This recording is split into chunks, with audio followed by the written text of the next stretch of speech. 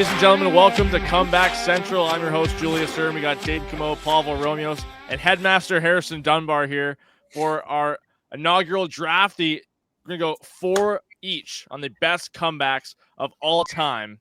Gentlemen, before we get started, what in your mind, makes a good comeback?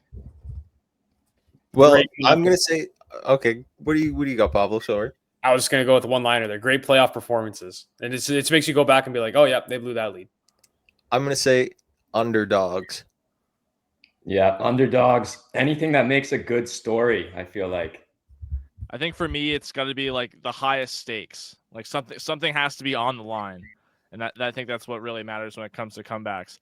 Gentlemen, we predetermined before we started that I would go first. So I guess with the first pick in the Comeback Central comeback draft, I'm gonna take the 2004 Red Sox in the ALCS, going down 3-0 to the Yankees, coming back and beating the Yankees in 7, a huge rivalry in the ALCS, and they went on to break the curse of the Bambino, sweeping the Cardinals in the 2004 World Series. That's my 1-1. It's a great pick. Romesh, you are picking second. Okay, so with my second pick, and I've done some research on this, and I actually remember this series really well in particular because certain athletes involved, which I'll get to in a second.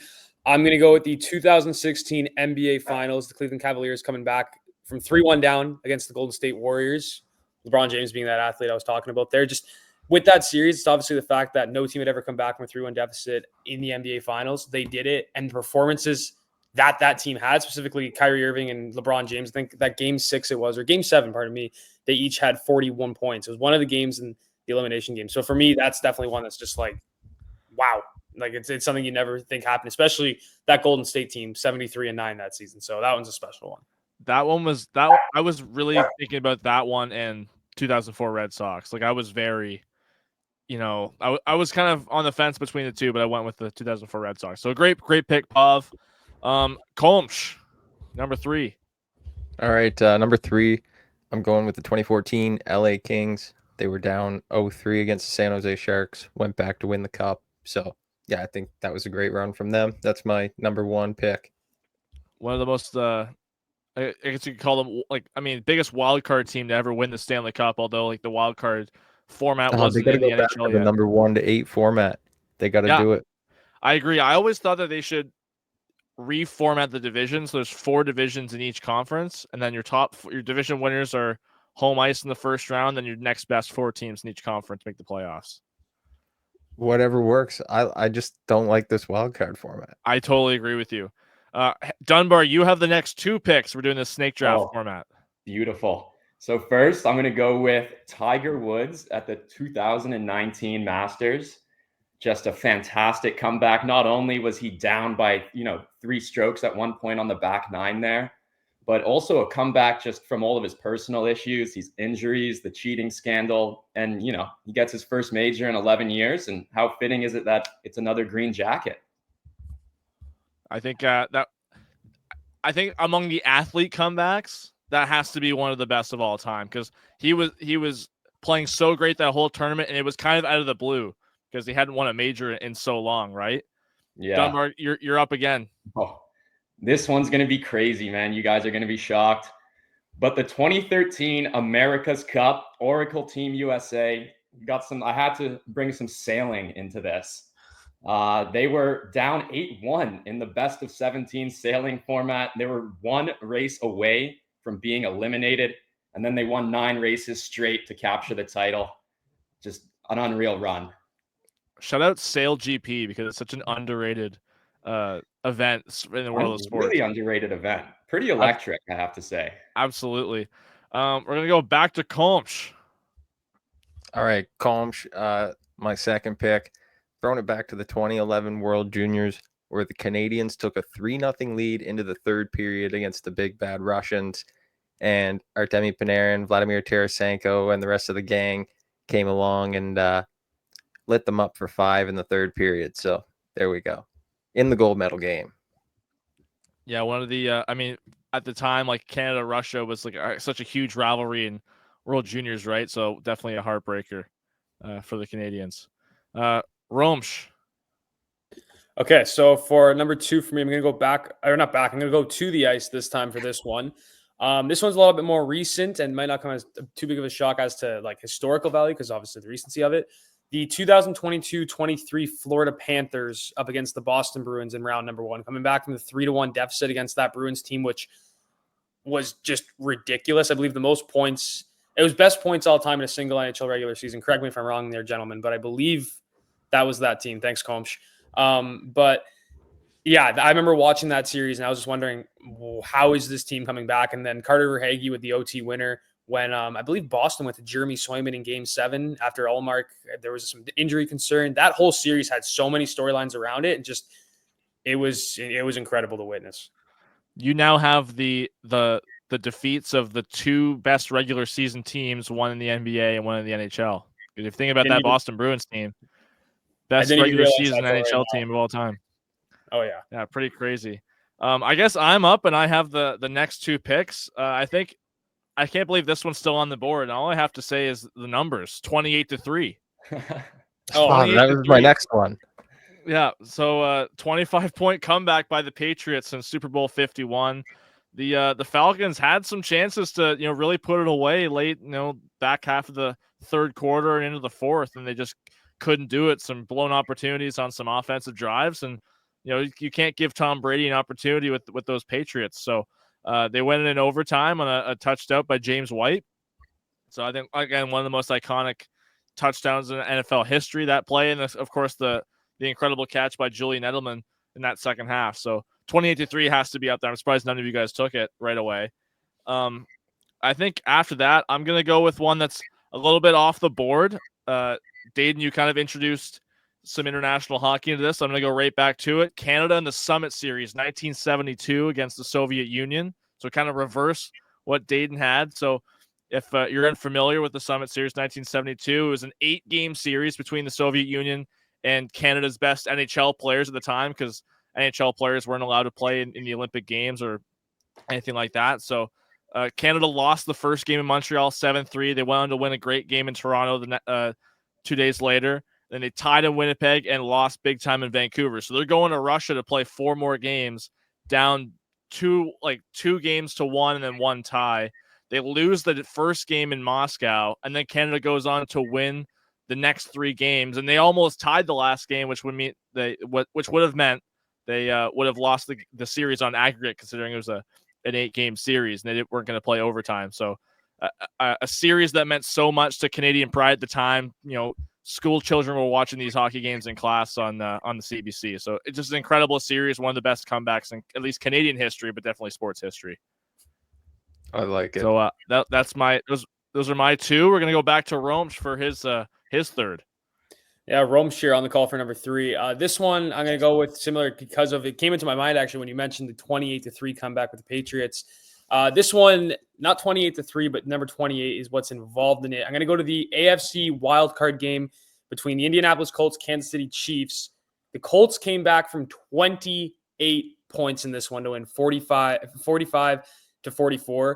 And when I think back at this kind of comeback, I just think I miss Andrew Luck playing football. I miss Andrew Luck being in the NFL, because the things he was able to do specifically in that game was ridiculous. And that's one of the best comebacks, I'd say, probably in Indianapolis Colts history. I will say, seeing Andrew Luck now kind of on the sidelines with Stanford, throwing the ball around with some of the guys over there, it's just so refreshing to see him back, slinging the pigskin on a football field. Yeah, I love that guy. So good. Retired too soon, in my opinion, but I totally understand why. Dayton, we're going to go back to you for your third. All right. My third one, I'll make this quick. Minnesota Vikings, they're down 0-33. They're going into the back end of the third quarter. They need 5 touchdowns to pull this off, and somehow they pull it off. So that's what I'm going with. That was a crazy game. The largest comeback in NFL history in a single game. That was just a couple years ago, a Saturday afternoon game on NFL Network. That was just kind of one of the most random. I don't know. That was that Vikings team that everyone thought was a fraud because they were winning every game by 3 points or whatever. They were all these games are such close losses. How are they 13-3 or whatever? But yeah, definitely a great pick, Dayton. Dunbar, you have your final 2 in a row. All right, let's do it. I'm gonna I'm going to stick with the football theme here. I'm going to go with the 1993 playoff game between the Buffalo Bills and the Houston Oilers. The Bills were down 35-3 at one point, and they come back. They win it 41-38 in overtime. At the time, it was the largest comeback in NFL history before the game that Dayton mentioned. But, it was also the first time an NFL team blew a lead of 30 or more points. So, historic comeback by the Bills there. I got to go with that one. That game seemed so far gone at the time. Watching it back, I've seen it on posted on YouTube a few times. You can see how many people leave the stands in Buffalo. And think of it, in Buffalo, that football team is everything to that city. And people leaving the game, they're driving home, they're listening to the game on the radio, and they're like, oh my, like, this is actually a football game now. They might as well come back, right? So Bills ended up winning in overtime. And people also forget Frank Reich started that game for Buffalo in place of Jim Kelly, who was injured at the time. So backup quarterback leading the Bills to that huge comeback win. All right. So my next pick, my last pick of the draft, I'm going to go with the 2016 World Series between the Chicago Cubs and the Cleveland Indians at the time. They were still the Indians. Cubs were down, obviously, 3-1 in the series. They come all the way back, and they win it 4-3. And, it was their first World Series since 1908. So not just a great comeback in the series itself, but, a great comeback for the franchise. They hadn't won in a long, long time. So that's my last pick. Love it. I love it. Let's go back to Dayton. You got your last pick of 4. All right, pick 4. I'm going with the 2008 New York Rangers and Montreal Canadiens. The Rangers were up 5-0 going into the late in the second period, and the Habs in the last 25 minutes pulled out 5 goals, scoreless through overtime, and the Habs pulled out the win in the shootout. That's my number 4 pick. You're not going to believe this, but I have that game on DVD here somewhere. That's crazy. Yeah, well, the largest comeback in Montreal Canadiens history, at least at the time it was. I believe it still is to this day. Yeah, I think so too. And think about that Rangers team at the time, because Jaromir Jagr was on that team. Henrik Lundqvist was the goalie. Like, that was a stacked Rangers team. A young late Henrik Lundqvist. 2000s. Absolutely. So a huge win for those Montreal Canadiens. Saku Koivu was the captain at the time, if I do recall. So yep. Yeah, that's a great pick, Dard. Romesh, your last one. My last one. Do I got 2 here or just the one? Just my last pick? Because I have a lot of things to decide between. I'm going to stick with one. This one I only saw recently, but when I looked into it, I was like, wow. And it's a sport none of you guys mentioned. We're going to go with Is this what I think it is? I think you're right. The 2022 Kentucky Derby. For context, Julius just showed me this like earlier this week. I lost my mind, and when I watched it, I was like, wow. Rich Strike, right? That's what the horse. Yep. Come back in the Kentucky Derby. Like, I'm a big Formula One guy, so whenever you hear the commentary go down the inside, it's always fire. Like, I always get fired up. He was down the inside, like the last stretch. He comes all the way from the back. He swerves through like 3 other horses as he's going through, and then out of nowhere, I told Julius, it's like he gets a mushroom from Mario Kart. When you get that boost, just starts flying down the inside beside these 2. Last minute, I believe his odds, I was just looking at it earlier, were 80-1 to win, and he longest shot, long shot for sure. But that was insane. And I was seeing it, something that was like 2 years later or 3 years later from what it was, and that was my reaction. I was like, okay, this definitely has something. This definitely is up there. Yeah, Larry Colmus's call of that race gives me chills every time, because he doesn't say Rich Strike's name the entire race until like the last, maybe 1/8 of a mile, which is incredible stuff. Great pick, Romesh. I'm going to go with my last one. I have a couple different options here. We're going to go through some honorable mentions afterward, but I think I got to go with Alex Smith.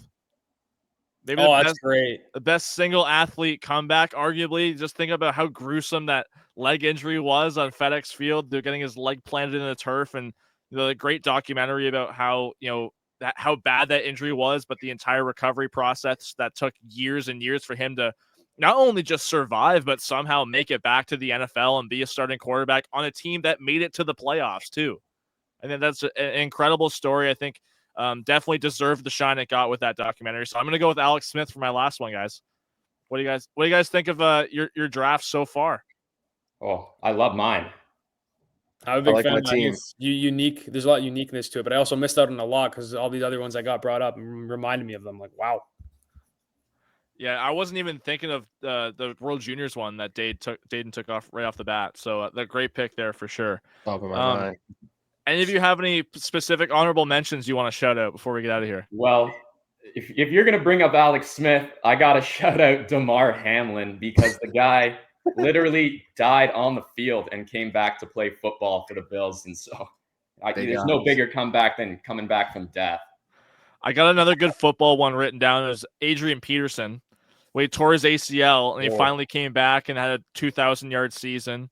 Incredible year, won MVP. I think that one definitely deserved some consideration.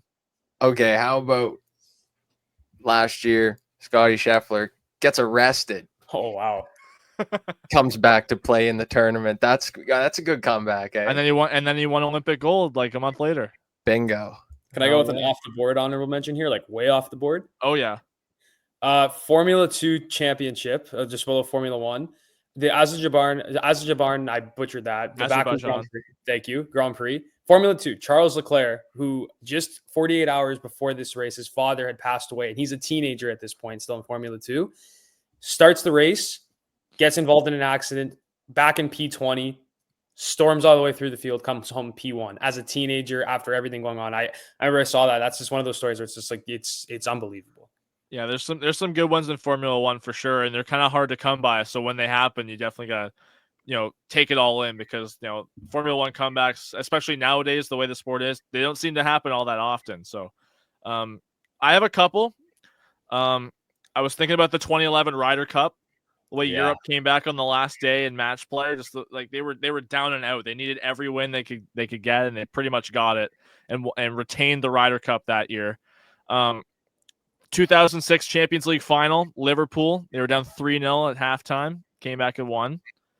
Mario Lemieux coming back from cancer. I think that's definitely one that deserves some mention. And I also had Harrison, you're going to like this. Anderson Silva against Chael Sonnen. Yeah. Oh wow. Yeah, one of the best MMA comebacks of all time because he was going to lose that one so easy on decision, but just came back, found a triangle chokehold, and won it from there. But guys, I think that'll do it for our comeback central comeback draft. I think that went pretty well, guys. For Harrison, Pablo, and Dayton, I'm Julius Hearn. Thank you so much for joining us.